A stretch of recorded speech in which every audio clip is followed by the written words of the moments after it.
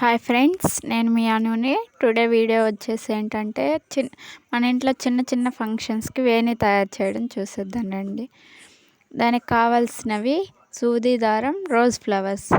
First rose flowers తీసుకొని rose పెటల్స్ని వేరు చేసుకోవాలి.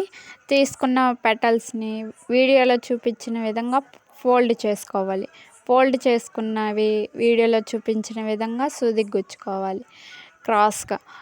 క్రాస్గా గుచ్చుకున్న వాటిని నేను వీడియోలో చూపించిన విధంగా కిందకి అనుకోవాలి. అనుకున్న తర్వాత అలాగే మనకి ఎంత పొడవు కావాలో అంతవరకు గుచ్చుకోవాలి. మన దగ్గర మల్లెపూలు ఉంటే మధ్యలో వేసుకుంటే ఇంకా బాగుంటుంది. నా దగ్గర లేవు కాబట్టి నేను ఓన్లీ రోజ్ ఫ్లవర్స్తోనే చేశాను.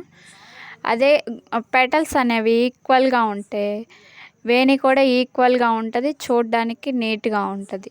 నేను చూపించిన విధంగా వచ్చేది. వీడియో నచ్చినట్లయితే సబ్స్క్రైబ్ చేసుకోండి.